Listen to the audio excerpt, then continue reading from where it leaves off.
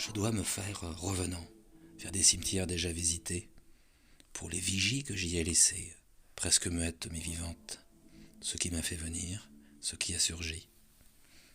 Ce qui s'est filé continuellement en mots simples, 2 ou 3 notes, suffisantes pour retrouver un air, un ostinato vague, improvisé à voix retenue.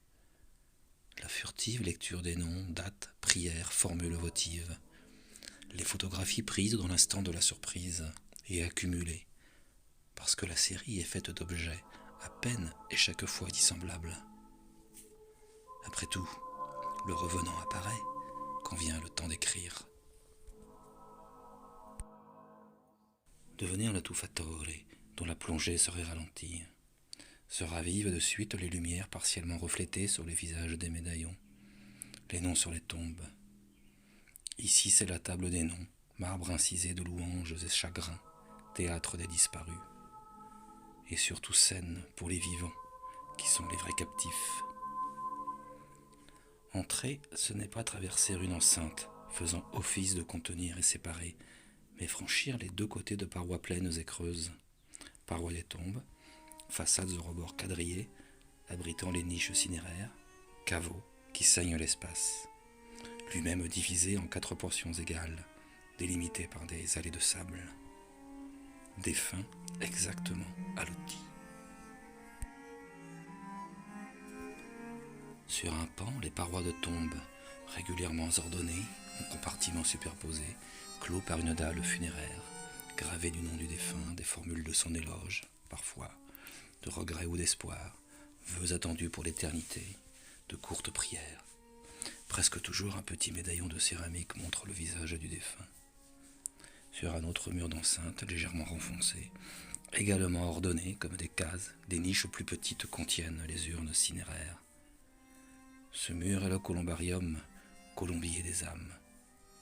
Opposé à l'entrée, une petite chapelle, semblable à une urne, oculus découvert. Abri des colombes, privé d'âme. Sous le ciel, limpide et plein, le feuillage est sombre et lourd, et comme chargé de poussière, de hauts chênes. L'ombre est nouée aux ramures, noyée dans l'épaisseur, une ombre intérieure qui ne s'abaisse ni se projette. Les arbres s'interposent, masquant l'un à l'autre le cimetière et le ciel, ou plutôt les démarquent. Échelles tronquées, changement d'échelle, ils indiquent le seuil impossible, l'édifice où sont rangés les morts est sans mesure avec le ciel. Ici, terre à terre, poussière, herbe, caveau, médaillon. Et le ciel, plein, limpide, s'éloigne. Les morts ne pèsent rien. L'au-delà est enfoui.